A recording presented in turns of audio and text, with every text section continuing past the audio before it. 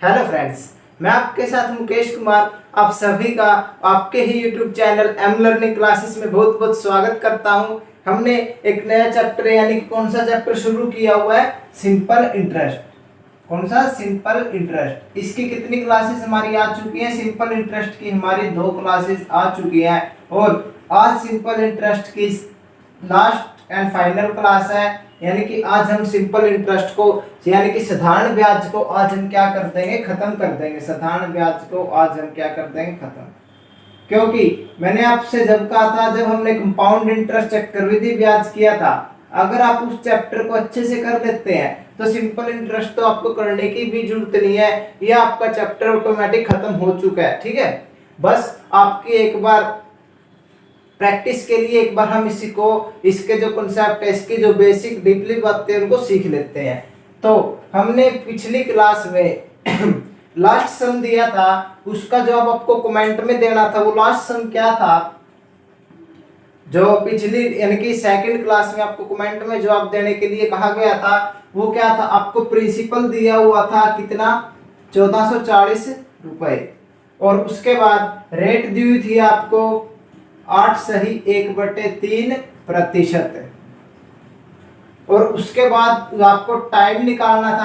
हमने second class में क्या सीखा था? रेट और टाइम निकालना, इनकी दर और समय निकालना हमने पिछली क्लास में सीखा था। और आपको जो सिंपल इंटरेस्ट है वो कितना दिया हुआ था? सिंपल इंटरेस्ट दिया हुआ था आपको 40 रुपए। आपको निकालना क्या था? आपको निकालना था टाइम। तो आइए देखते हैं हम इसका टाइम कैसे निकाल सकते हैं। वैसे तो आपको इसका जवाब कमेंट में देना था और कुछ दोस्तों का तो आया भी है, लेकिन जिन दोस्तों को से क्वेश्चन नहीं हुआ उनके लिए हम इस क्वेश्चन को सोल्व करते हैं। सबसे पहले क्या दिया हुआ क्वेश्चन में? 1440 रुपए है। 40 रुपए इस पर क्या लगता है? ब्याज। और रेट कितनी है? 8 सही 1/3। 8 सही 1/3 कितना होता है? 1/12। 8 सही 1/3 कितना होता है? 1/12। ये वैल्यू आपको डायरेक्टली याद रहनी चाहिए। मैंने आपको हर क्लास में आपसे कहता हूं कि ताकि आपका पेपर में कोई भी एग्जाम में समय बच सके। तो उसके बाद आपके पास इस सम को करने के हमने कैसे किया था? ये सम सबसे पहले 1440 रुपए है, इसका 1/12 ये क्या है? ये 8 सही 1/3 वार्षिक ब्याज दर है। सबसे पहले 1440 का 1 साल का ब्याज निकालते हैं। कितना होता है 1 साल का ब्याज? कितना होगा? 12 से 1 पर, फिर 2 पर, उसके बाद ना जाने की 0, 120। यानी कि 1 साल का ब्याज 20 है। 1 साल का ब्याज क्या है? 120 है। सॉरी, 1 साल का ब्याज 120 है। ये जो दर होती है वार्षिक होती है। वार्षिक मतलब 1 साल की दर होती है। ये 1 साल का ब्याज अगर 120 है तो मैं कह सकता हूं 12 महीनों का ब्याज कितना है? 120। 1 महीने का ब्याज कितना है? 1 महीने का ब्याज कितना है? 10 रुपए। बात तो एक ही है। 1 महीने के 120 ब्याज है, 12 महीनों का भी 100, ये लिखो या ये बात एक ही है। अगर 12 महीनों का 120 ब्याज है तो 1 महीनों का ब्याज कितना है? 10 रुपए। आपके पास ब्याज टोटल कितना है? 40 रुपए। इसको 40 बनाने के लिए क्या करें? इधर गुणा करते हैं कि अगर 1 महीने का ब्याज 40 है तो सॉरी 1 महीने का ब्याज अगर 10 है तो 40 ब्याज कितने महीनों का होगा? 4 महीनों का। आई बात समझ में? आपके पास ब्याज 40 रुपए है, इसने क्वेश्चन में दिया हुआ है, और आपके पास ये भी 1 महीने में 10 रुपए ब्याज लगता है, तो 40 रुपए ब्याज कितने महीनों में लगेगा? 4 मंथ्स। 4 मंथ्स। और एक और बात मैंने आपसे कहा था, एक इसका बेसिक यानी कि फॉर्मूला कह सकते हैं हम, लेकिन मैं आपसे एक बार लिखवाऊंगा जरूर। मैं ये नहीं कहूंगा, आप इसको ट्राई कीजिए, क्योंकि आप एग्जाम के वक्त इसको याद नहीं रख पाएंगे। ये कितना आसान है। 1440 की 1 साल का ब्याज निकाल लो। 1440 का 1 साल का ब्याज 120 है, यानी कि 12 महीनों का ब्याज 120 है। 1 महीने का ब्याज 10 रुपए है, तो आपको ब्याज कितना है आपके पास? 40। अगर 1 महीने का ब्याज 10 है तो 40 ब्याज कितने महीनों का होगा? 4 महीनों का। आंसर कितना आपका? 4 मंथ्स। कितना आसान क्वेश्चन है, कुछ है भी नहीं क्वेश्चन में। अगर आप फॉर्मूले से तो कुछ नहीं हो सकता, सिर्फ आपके पास एक याद करने का आपके मन में कि भी हाँ मेरे को याद करना है, याद करना है। लेकिन आपको जब आपका काम बिना फॉर्मूले चल रहा है तो आप बिना फॉर्मूले अपना काम चलाइए जहां तक हो सकता है। और कभी भी क्वेश्चन में एक्स मत मानिए, जहां तक पॉसिबल हो एक्स से बचकर चलिए। जैसे हम मान लेते हैं ना, जैसे मान लेते हैं एक्स है, एक्स से बचिए जितना हो सकता है, क्योंकि ये खुद अपने आप में एक क्वेश्चन है, आपको कंफ्यूज करता है ये। ठीक है, एक्स नहीं देना आपको, जहां तक पॉसिबल हो उसके एक्स से बचे, बिना एक्स के क्वेश्चन को करने की कोशिश करें। उसके बाद हमारा सेकंड सम देखते हैं क्या है, कोई धनराशि कितने समय में, जैसे कोई भी धनराशि है, हमको नहीं पता क्या है, कोई धनराशि कितने समय में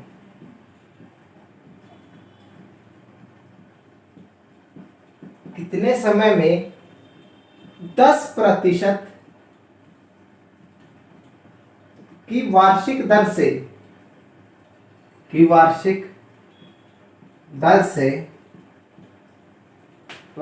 से दो गुनी हो जाएगी,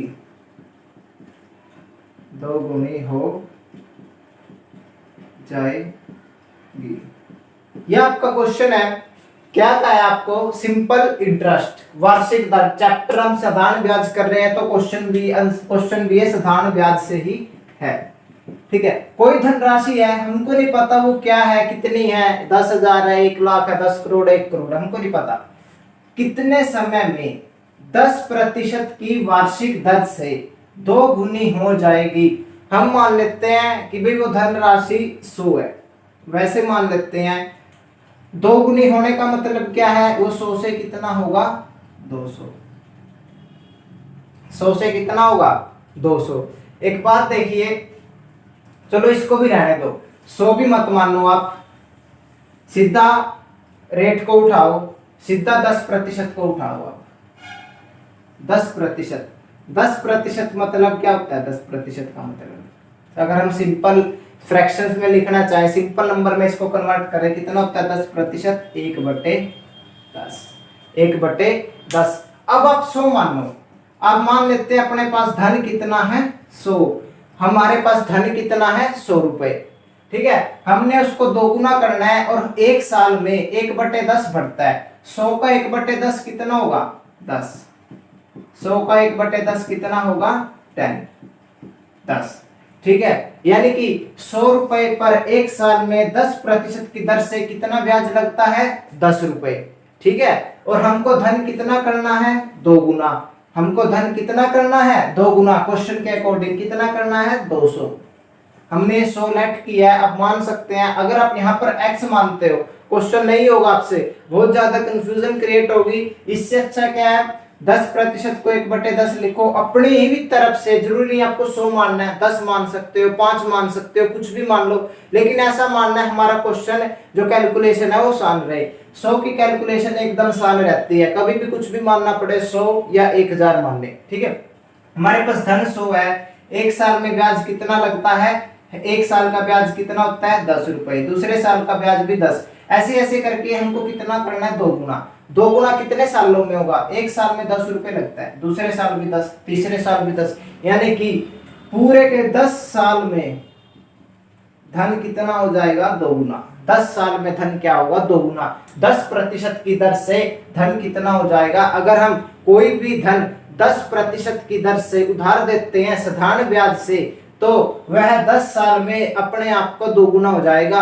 अब चाहे आप इधर 1 करोड़ ले लो, 1 लाख ले लो, 10 लाख ले लो या 10 करोड़ ले लो, ये 10 साल, इस क्वेश्चन का हमेशा आंसर क्या रहेगा, 10 साल। आपको लेकिन मानना कुछ ऐसा है, इधर अपना क्वेश्चन सोल्व करने के लिए कि आपकी कैलकुलेशन आसान रहे।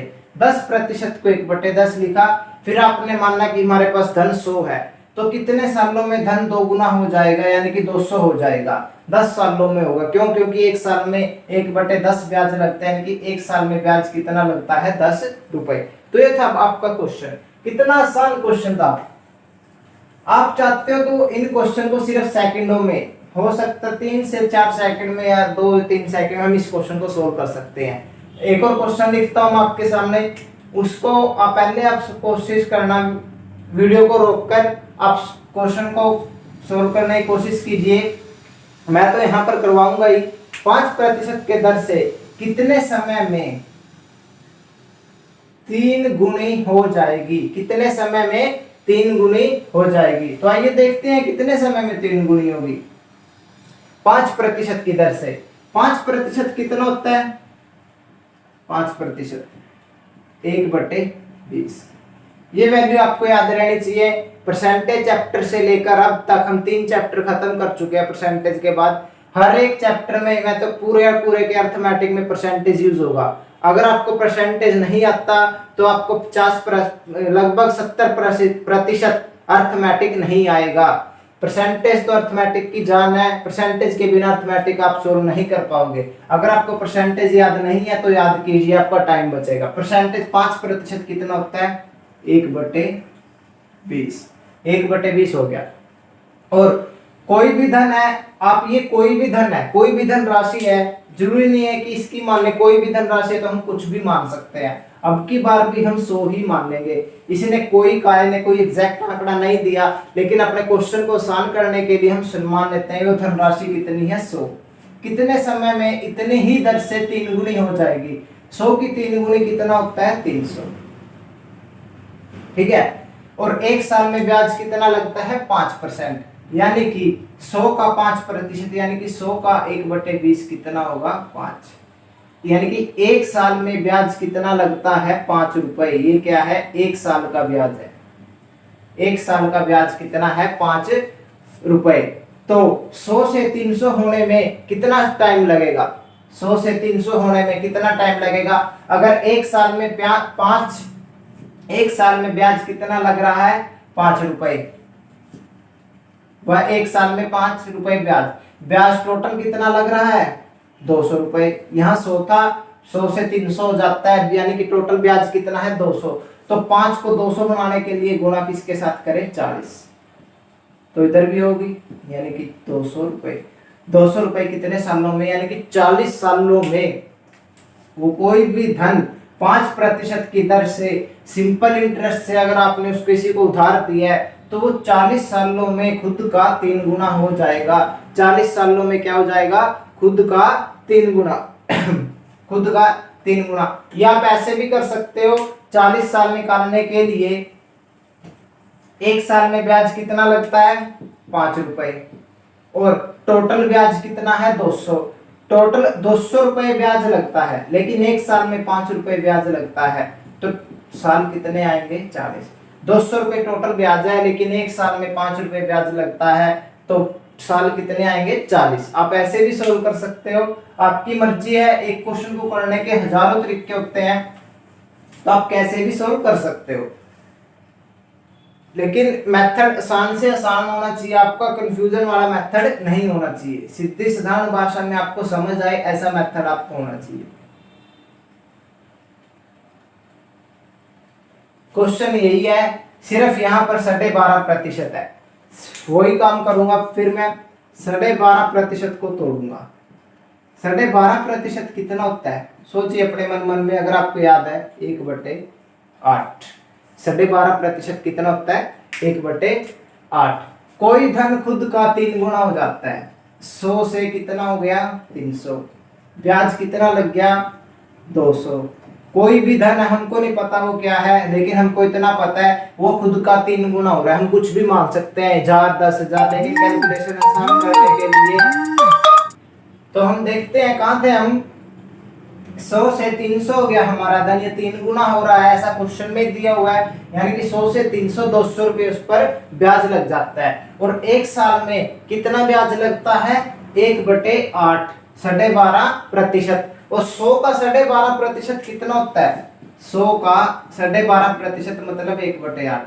और 8 एकम 8, पूरा पूरा नहीं कट रहा है तो कोई बात नहीं, इसको एस्टिस छोड़ दो। अगर ये जैसे 100 × 1/8 है, पूरा नहीं कट रहा है, जहां तक कट रहा है आप इसको काट सकते हैं। 2 चौके 4 दूनी 8, 4 दूनी 8, 4 पे काट दिया है, 25 चौके 100 और 4 दूनी 8, यानी कि हमारा कितना आ गया? 25/2। 25/2 का मतलब क्या है? 12.5। 12.5 यानी कि 100 का 12.5% कितना होता है? 12.5 ही होता है।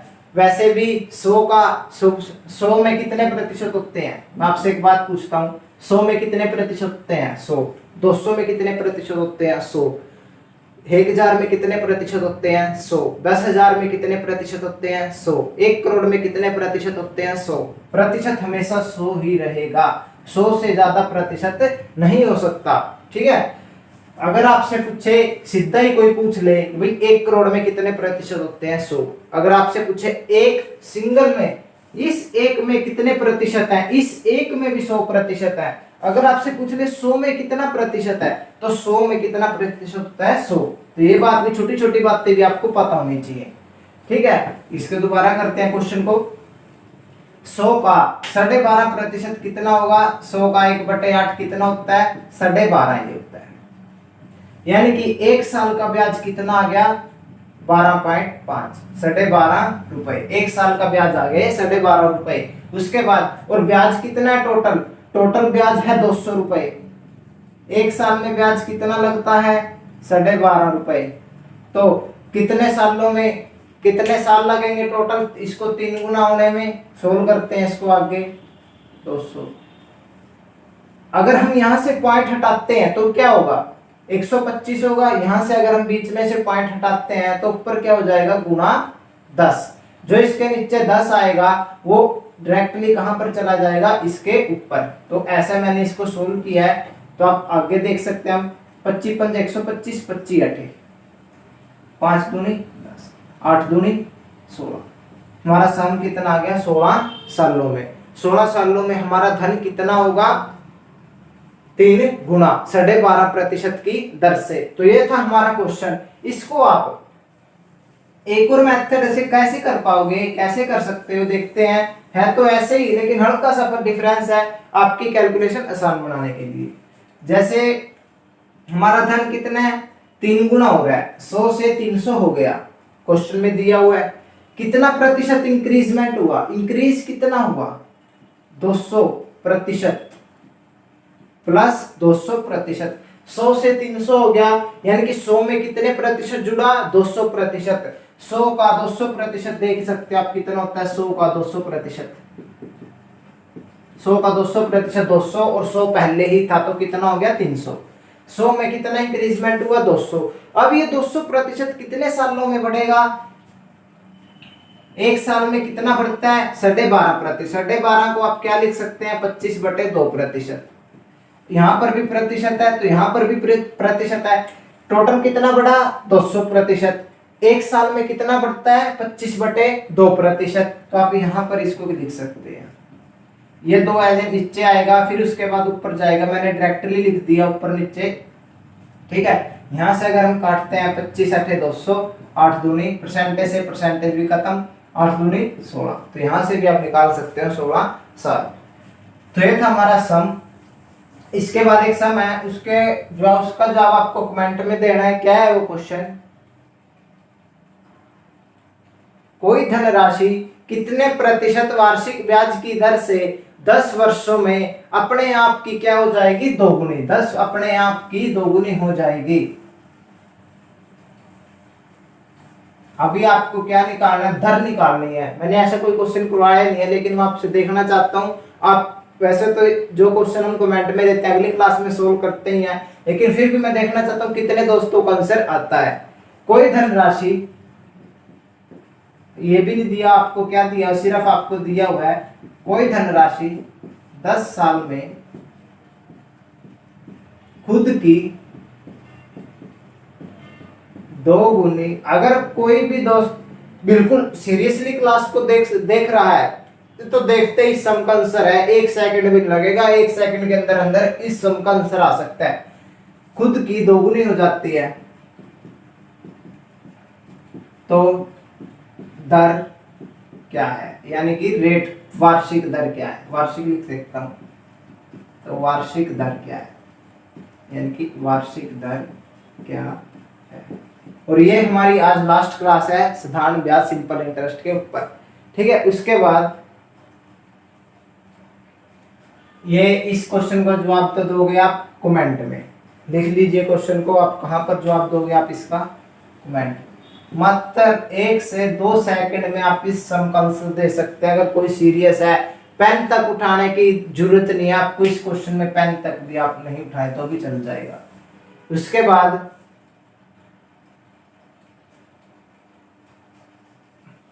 15 साल में खुद की कितनी हो जाती है, 3 गुनी हो जाती है।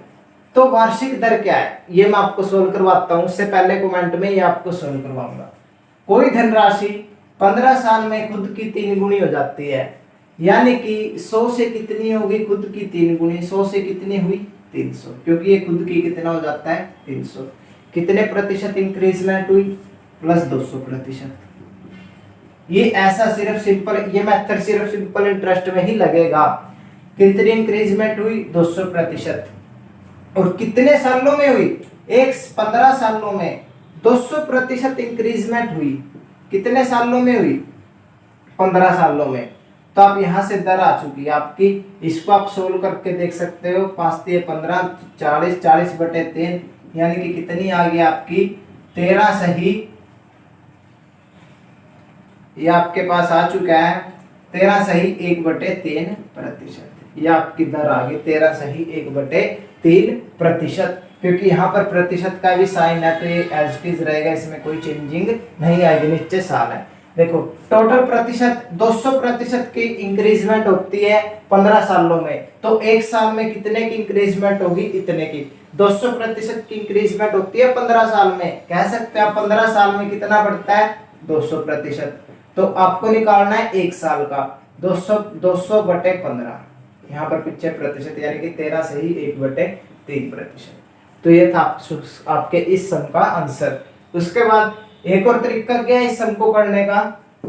आज की क्लास बड़ी आसान क्लास है, बड़े आसान क्वेश्चन है, और आपको पता भी चला हमने सिंपल इंटरेस्ट, कंपाउंड इंटरेस्ट के लगभग हर टाइप कर चुके हैं। अगर फिर भी किसी भी दोस्त को कहीं से भी पूरे मतलब कंपाउंड इंटरेस्ट, सिंपल इंटरेस्ट कोई दिक्कत आ रही है, तो आप हमारे नंबर 7357043744 पर हमसे कांटेक्ट कर अपना कोई भी सम का जो कांसेप्ट है उसको क्लियर करवा सकते हैं। किसी में प्रॉब्लम आपसे सोल्व नहीं हो पा रहा है, इस नंबर पर व्हाट्सएप कीजिए, आपका जल्द से जल्द आपकी जो भी प्रॉब्लम है उसको सोल्व करवाया जाएगा। 100 से कितना होगा 300। कितने रुपए की वृद्धि हुई, 200 रुपए की वृद्धि हुई। अब मैं रुपए में लेकर चलूंगा, 200 रुपए बढ़ता है 15 सालों में, तो एक साल में कितना बढ़ेगा 13 से ही 1/3 200 रुपए बढ़ते हैं 15 साल में, एक साल में कितना बढ़ेगा 13 से ही 1/3। अब आपको ये देखना है जो 100 का कितना प्रतिशत 13 से ही 1/3 है, 13 से ही 1/3 100 का कितना प्रतिशत है, तो 100 का ये कितना प्रतिशत है 13 से ही 1/3%। क्योंकि 100 का 1% 1, 100 का 2% 2, 100 का 12.5% 12.5, 100 का 1/9% 1/9, 100 का 1/11% 1/11। 100 में कोई चेंजिंग नहीं होती, 100 में एलसीटी होता है। अगर आपको ये निकालना है 13 सही 1/3 100 का कितना प्रतिशत है, तो सोचने की जरूरत नहीं है, जितना ये है उतना ही प्रतिशत होगा, क्योंकि 100 मतलब 100 पार्ट होते हैं। प्रतिशत का मतलब ही क्या होता है, उसको पार्टों में 100 पार्टों में डिवाइड किया होगा। और आज के लिए हम इतना ही रखते हैं। सिंपल इंटरेस्ट, कंपाउंड इंटरेस्ट यहाँ पर खत्म होता आकर, और आपको नेक्स्ट क्लास में एक नया चैप्टर देखने को मिल सकता है, मिलेगा ही, मिल सकता है क्या, वो क्या है आपका mixture and allegation. Mixture allegation next class में आपको ये चैप्टर देखने को मिलेगा। तब तक के लिए इंतजार करिए हमारी आने वाली क्लास का। आप सभी का हमारे साथ जुड़ने के लिए बहुत बहुत धन्यवाद।